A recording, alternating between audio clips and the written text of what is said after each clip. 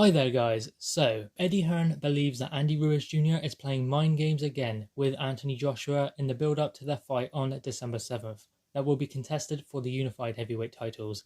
Now obviously last time Andy Ruiz Jr. was not trash talking with Anthony Joshua, he was being very respectful, but what he was doing was lulling Anthony Joshua into a false sense of security because in the fight things were completely different. Andy Ruiz Jr. came to fight, and as well he should, it's a boxing match at the end of the day, but he made Anthony Joshua believe that he was a soft touch. Now, this time around, he's playing it differently.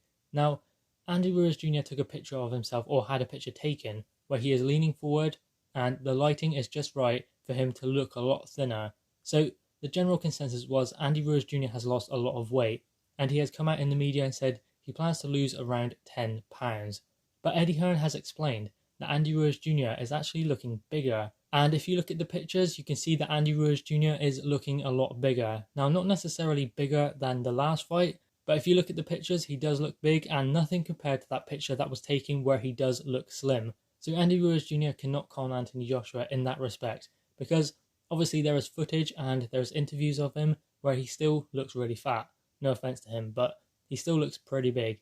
And those pictures that were taken, they don't really tell the full story. So Andy Ruiz Jr. perhaps is playing a little mind game again with Anthony Joshua, maybe trying to make Anthony Joshua sleep on him again, but that won't happen. Anthony Joshua will not take Andy Ruiz Jr. lightly because he will remember what happened in the first fight. No one will remember that fight more than Anthony Joshua because it's his first pro loss. And make no mistake about it, Anthony Joshua believes this is a fight that he can win, otherwise he would not be doing it. So Anthony Joshua believes that he can beat Andy Ruiz Jr. and he believes in the first fight it was a lucky punch that Andy Ruiz Jr. found in order to win the fight. Now in my opinion, no punch in boxing is lucky because obviously it is intended to land anyway, otherwise the punch wouldn't be thrown. But that being said, Anthony Joshua was hit with a perfect punch right in the right place that scrambled his senses and something that he never recovered from. But that being said, if that punch doesn't land in the rematch, then you would think that Anthony Joshua can beat Andy Ruiz Jr. It just depends whether Anthony Joshua can keep away from those wide hooks that Andy Ruiz Jr. throws that have a lot of power on them. You can see the impact that it had on Anthony Joshua. So if Anthony Joshua can find a remedy to that, which could be just roll under the shot. I mean, boxing is a sport of fine margins, and I know it sounds easy, just roll under the shot. I mean, Andy Ruiz Jr. is extremely fast, but if he can get that fluid motion going, that lateral movement, a bit more head movement, then perhaps he can keep away from those wide hooks from Andy Ruiz Jr. Also, he is going to have to try and keep Andy Ruiz Jr. on the outside, not allow him to fight on the inside.